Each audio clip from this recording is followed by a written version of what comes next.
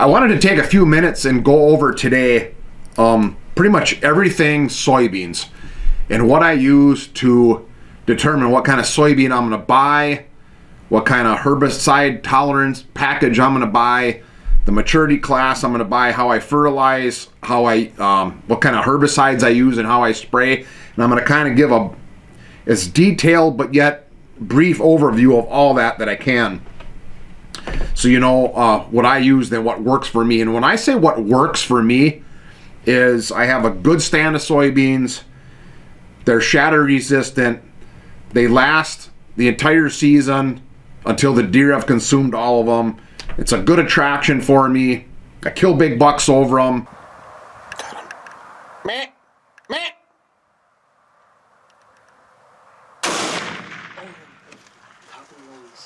Got him. Yeah, I hit myself in the nose. You got him in top of him. So I use soybeans generally as a destination grain food plot. I'm not necessarily planting it for the green part, which deer absolutely love, but that's more of a summertime food. I'm using soybeans for a grain for late season attraction as a destination type plot. I kind of wanted to go over what I pick and why I pick it and how it works for me, because there's a lot of I want to say a lot of drama and a lot of hype about marketed soybeans for food plot, marketed for deer hunters, which is nothing more than buying the same soybeans that I'm buying, put a different label on it, and then marking the price up, sometimes double. So I just wanted to go into one of the biggest problems, even for the food plotter that gets a good stand of soybeans, would be early shatter. So that's always a concern. And what shatter is the pod itself is like two halves, and that's what holds the soybeans in there. And the two halves will split open or pop open, and the beans will fall out. That's called soybean shatter. And if you have that early in the season, let's say your beans dry down in October or November and they start to shatter right away, you'll lose all your beans, they'll fall on the ground, and you won't have a late season food source. So that's soybean shatter.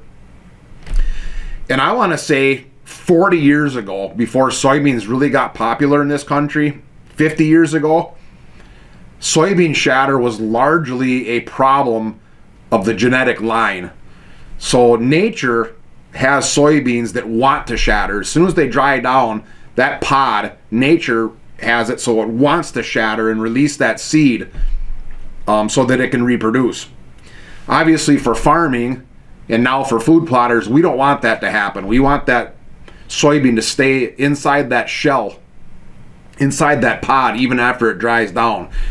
So really, once you understand what causes soybean shatter, what causes that pod to open up, pop open, and allow those soybeans to release, once you understand what causes that, it's a pretty easy fix.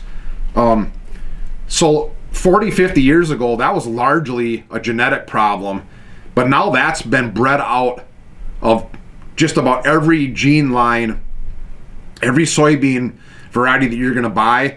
That's been bred out of that, because the last thing a soybean dealer wants to do is sell a soybean to a farmer, have that soybean dry down, and it shatters and the grain falls on the ground. So that's been mostly bred out.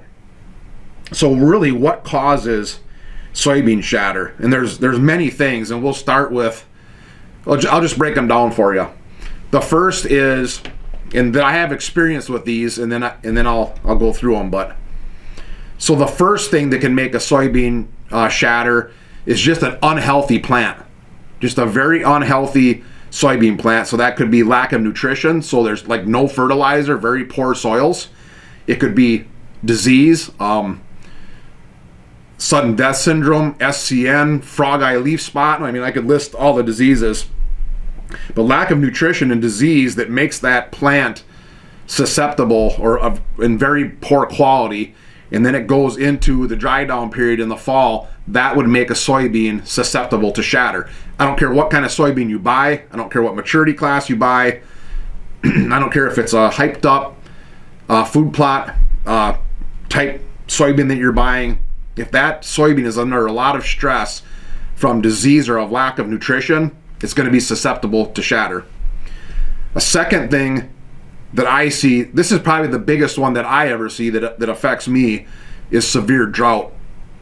And what happens is that soybean plant will want to go to full maturity. Let's say full maturity for a specific soybean plant is middle of September. And because it's so dry, the soybean plant will actually abort the top pods, the last pods that it put on. It'll dry down early because it just doesn't have the water, just doesn't have the nutrients and the water to finish through its growing cycle. So I've seen in severe drought conditions that those soybeans, and again, it doesn't matter what variety you buy, severe drought, because of that early dry down and that plant is now unhealthy, you'll get that soybean shatter. The last way I see soybeans shatter a lot is by simply food plotters planting a soybean maturity that's just too early. And what happens is the reason why that pod will shatter is because once it dries down, that soybean pod with the beans can be anywhere between 9% and 13% moisture. And it can actually swing that much every single day. So it can go into the evening at 9%. Overnight it can be humid in the evening, and in the morning that pod with those beans can be at 13%. So if you go from 9 to 13% over and over and over and over again, that constant dry down and re-wetting, 9 to 13% over a long period of time, that soybean will shatter. Now imagine you're dried down to 9 or 10% moisture and you get a rain event. Now you could be all the way up to 18, 19, 20% moisture right after that rain, so much so that that bean can actually swell inside the pod and bust the pod open. So when you get a soybean that's a very early soybean for your area and it dries down very early in the fall, that soybean is a lot more susceptible and likely to shatter because it's going to go through, let's say, 3 months of drying down and re-wetting. That dry down and re-wetting cycle, by the time you get to, let's say, the end of November and December, it's a lot higher likelihood that that soybean is going to shatter. So how do you solve this? How do you solve the reasons why the soybean will shatter? Well, when it comes to disease and nutrition, you're just looking for a healthy plant. So you got to make sure your fertility is up. Got to make sure you fertilize. A nice healthy plant that has enough rain and fertility can usually fight off your diseases, which makes your plant more susceptible to being weak and those pods shattering. So a good healthy plant with enough fertilizer will help on that end. The other thing you do is you just get a full maturity, a full season variety. Don't get a short season variety. So let's say, and I'm just going to use central Wisconsin because for 30 years I planted soybeans in central Wisconsin. Most farmers in that area are using a maturity class of like a 1.5, 1.7, maybe a 2.0. And what I found is if you used, let's say, free or cheap seed, which I'm all about using free or cheap seed, but you got a good deal on a 1.1 or a 1.4 soybean, that soybean is much more susceptible to drying down early in the season and then shattering into November and December, and then not having your soybeans available for that late season destination food source, as opposed to if you could plant a 2.5 or a 3 or even a mid-3 maturity class soybean. So that's what I recommend. Whatever is in your area, whatever the farmers are planting in your area for a full season maturity soybean, if that's a 2.0, if the top scale of what the farmers in your area are planting, you go another category higher. So in that example, if it's a 2.0 or a 2.2, if that's the top, you can go as high as a 3.0 or a 3.2. I gave my son some year-old soybeans that I had left over that I think were a 3.7 for central Wisconsin, and he planted them 2 years ago, and they were fine. They stayed green well into the season. They were the last beans, obviously, to mature and dry down, and he had plenty of pods, plenty of soybeans, but the key was those were a lot more or less susceptible to soybean shatter. So that's what I do, is I push the envelope. I go at least a category higher, at least a maturity class higher, if not a 1.5 higher. If you're in an area where farmers are planting, let's say a mid-3, go as high as a 5, 4.5 or 5. You can even mix, let's say a 4.3 and a 4.7 if you're doing a couple of acres. And that will help you avoid soybean shatter. I'm not going to say it's impossible, but I've never had soybeans shatter on me when I've planted a full season soybean plus one, so a later soybean.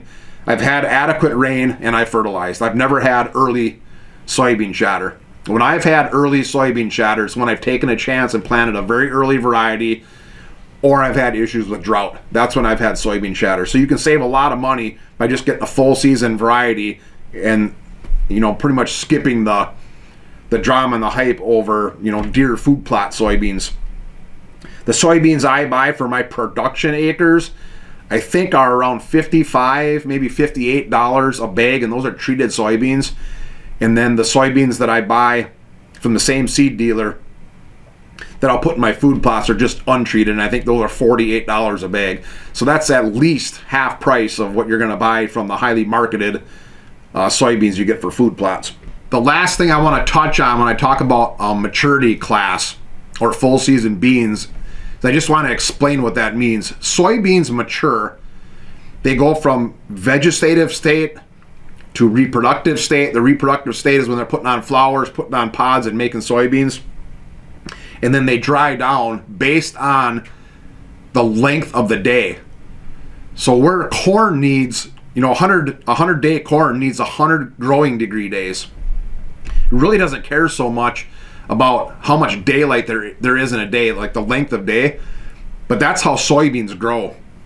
So soybeans are going to go full vegetative until that maturity class for that bean reaches a certain daylight amount of daylight in the day, and then it's going to turn on to reproductive. It's going to go full reproductive until it reaches the daylight amount gets less and less in the fall, late summer and fall. That's going to trigger that we're done. We're not going to be doing any more soybeans. We're going to fill, and then we're going to dry down. That's how soybeans with the maturity class that you buy, that's how they work. There's a little bit of drama about, okay, we've solved the shattering problem, but there's other soybeans on the market that are marketed as, you know, higher in oil and higher in protein.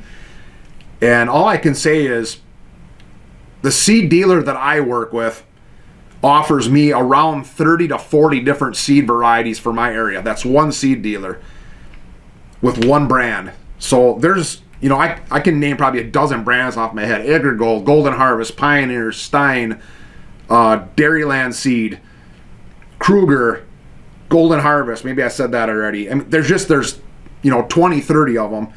And they each probably have 40 varieties. So start doing the math on that. It would be almost impossible for me to buy, you know, a bag and then have all those tested.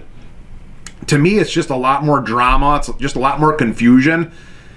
I've never killed a giant buck on one of my destination soybean plots that cared that my soybeans were at 30% crude protein and a neighbor's were at 26 or a neighbor's were at 31.5. To me, that's just more noise that you don't need to be concerned with. Soybeans are high in protein. They're high in oil content.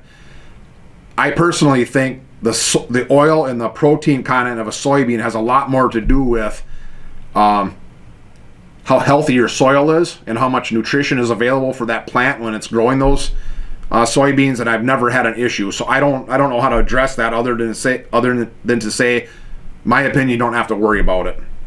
Soybean shatter, I think you have to worry about, but that's solved with going with a full maturity later soybean. Now I just want to go into how do you fertilize and how do you spray and stuff like that for soybeans. Soybeans are very adaptable, and it makes them very easy to plant. So typically a bag of soybeans is 140,000 seeds per bag. I know there's at least one seed supplier out there that sells 130,000. It's irrelevant. 140,000 seeds per bag for a food plot. 140,000 seeds, one bag is perfect for 1 acre, for a 1 acre stand of food plot soybeans. If you have very high density deer numbers and you're not going to electric fence in your soybeans to keep deer out while they're growing, you can go as high as 1.5 bags or even 2 bags per acre, because soybeans are very adaptable with thick stands or thin stands. You can get a good stand and have good soybeans to take you in the fall at 60,000 final plants per acre in the fall, all the way up to 250,000. They're very adaptable that way, unlike corn. Corn can't do 3 times the population than where they want to be at. So soybeans are very good that way. So a bag per acre is a good number. You can go as high as 2 bags per acre in a high population area if you're not going to electric fence in. And they really do need to be, at least 1/2 acre to 2 acres or more for them to work out for you. You're not going to plant, a 1/4 acre inside the timber of soybeans. This is more of a destination type food plot. Soybeans are also a legume, so they will produce the majority of the nitrogen that they need through the growing season. They'll make on their own. When you plant the soybeans, you'll have to inoculate them, and your seed supplier will help you with the inoculation and sell you inoculant.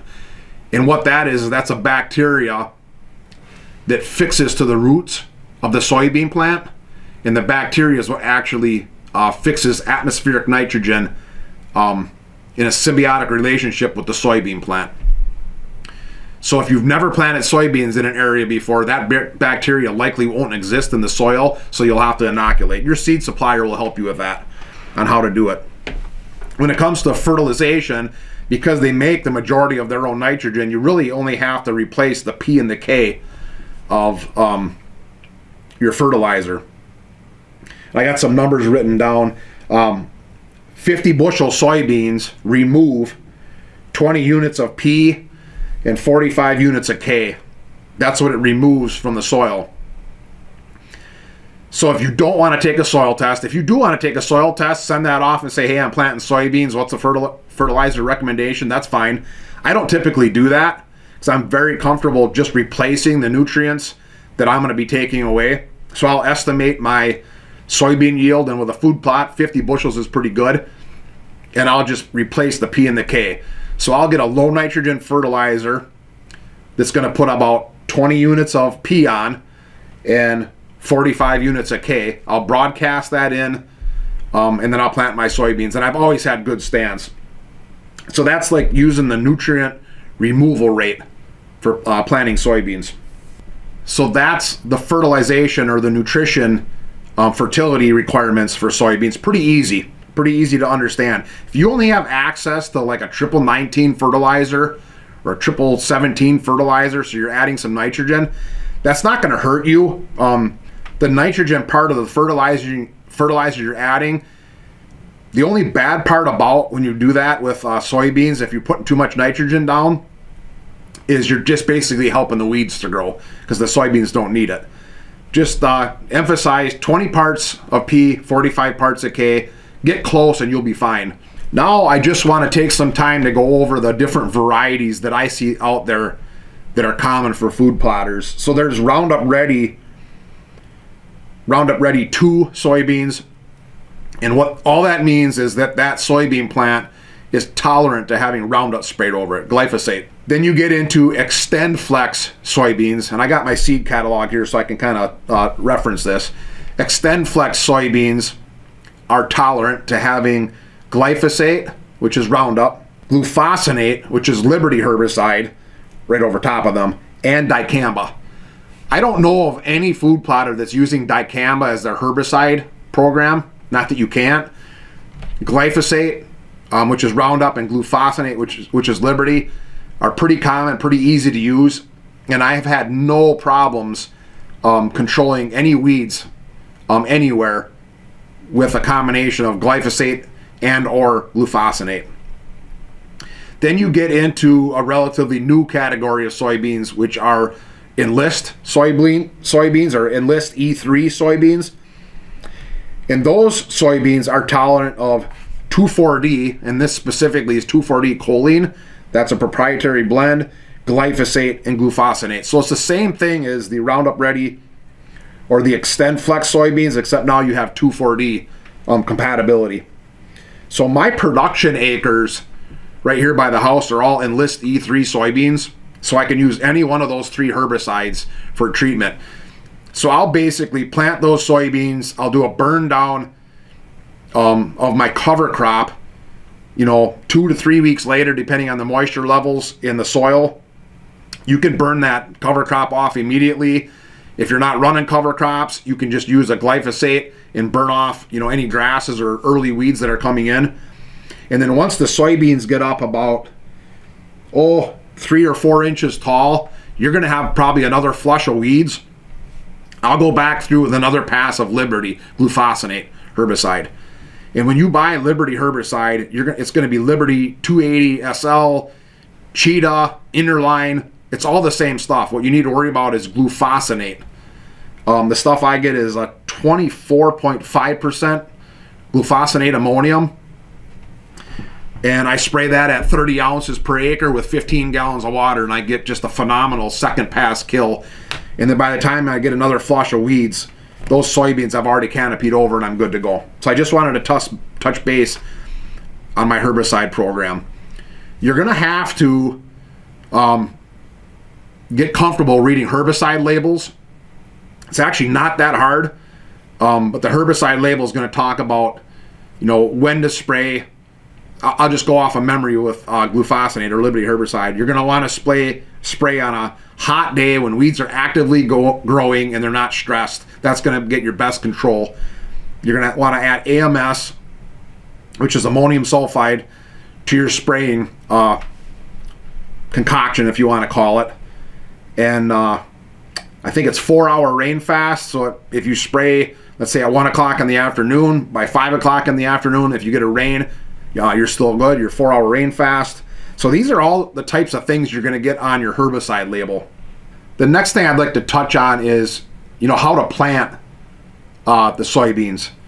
So soybeans are very easy to plant. We already talked about population a little bit. Let's just say you're going to go with 1 bag per acre, and you found the right fertilizer, and you're going to put down 2 bags of fertilizer that gets you close to that 0, 20, 45 goal that we have per acre. So a couple bags of fertilizer, a bag of soybeans. For me, on a food plot, I'll just broadcast that fertilizer. You can broadcast that actually in the fall. You can broadcast it in the spring. You can broadcast it with your soybeans that you broadcast out if you're using that method. But for me, today, I use my planter. So I'll set my planter about 1.5 inches, 140,000 population with the soybeans already broadcast out, and I'm done. Good to go.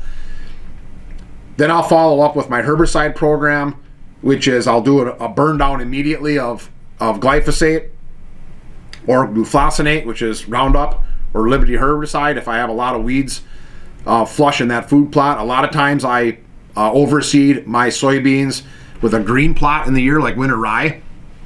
So my burn down program might be, a week or 2 later, I'll burn that rye off with herbicides. And then you need to come back when those soybeans are about this high and you get that first flush of weeds and you kill it off again with Liberty herbicide. I'm using 30 ounces of Liberty per acre with about 15 gallons of water and 1.5 to 3 pounds of AMS. That's ammonium sulfate, I think it's called. But I get that in a dry formula and then I mix it in with my solution. If you don't have access to a planter or a grain drill for years, and I'm talking 30 years in my food plots, the other planting method I would use is I'd throw out my 2 bags of fertilizer, I'd broadcast that out, I'd broadcast out my soybeans, and then I would just disc it all in. So you are absolutely going to have soybeans that are still on top of the ground, and you're going to have some soybeans that are maybe 2.5 inches deep, which is maybe a little deeper than you want them. So you're not going to get 100% mature, 100% germination like you would with a good grain drill or a planter, but you're good to go. If you want to go a little heavier, a bag and a quarter per acre, because you're disking them in, that's fine. Bag and a half per acre, that's fine. And then you're just disking them in. And then you walk away and you do the same herbicide program. If you have to do a burn down, that's fine. And then a second pass later when the beans are up high. If this is a new food plot and you don't have a planter and a grain drill, so you're going into sod, you need to get that sod broken up with your disc or whatever your tillage is, so that you can get those seeds in the ground. So in that case, you'd make one or two or several passes with a disc or some kind of tillage equipment, then broadcast your fertilizer and seed, and then disc them in at that point, and then follow your herbicide program. I just wanted to follow up, when you're picking your soybean, pick your herbicide program first. For me, it's Enlist 3 because I have 3 options for a post herbicide application. So it's Enlist 3 soybeans. And then it's very easy. Just make sure you fertilize so you have good plant health as much as you can. And then pick a full maturity bean for your area +1. Or pick a full maturity bean for your area and blend. If you're worried about getting too late of a maturity class, then blend. If your farmer's going to give you like a couple bags of last year's old seed, and in your area you're at a 3.0 and he's going to give you some 2.5s, you can take them and try them, but that's when you're going to get into problems with soybean shatters if you get too early of a variety. Or maybe you take them, but you also buy a bag of 4s and you mix a bag of each together if you're doing a couple acres. That way you save some money on the front end with those early beans, but then you have some late beans that won't shatter. I was just over at my cabin farm here, I want to say 3-4 days ago, and all my corn is gone, and probably 75% of my beans are gone. Normally my beans would be gone by this time of year, but it was such a warm late season that they're still eating on them. And I haven't seen any sign of soybean shatter, and we're just about at March here. And why is that? Because I'm a full 1.5 above what normal is for around here. And my beans did not dry down their pods and their beans until well into October this year. Great stand, high yielding, great attraction, but very low risk of shattering, because by the time they dried down, I was already starting to get cool into the season, and a lot less of that dry down and wetting and re-drying down. So, and then lastly, I'll just mention that the majority of my destination food plots, I electric fence them in, because for 2 reasons. One reason might be you just don't have the acreage. You just can't put 10 acres in. And when you do these smaller destination food plots, especially something as attractive as soybeans in the summertime, the deer can have a tendency of browsing them off, just eating them off, and then you won't get that late season attraction. So I'll typically electric fence mine in, and I will link a different video I made about electric fencing food plots. The other reason is, even if I had the 10 acres, I don't want to spend the input costs on 10 acres of soybeans between the seed and the fertilizer and the herbicide treatment.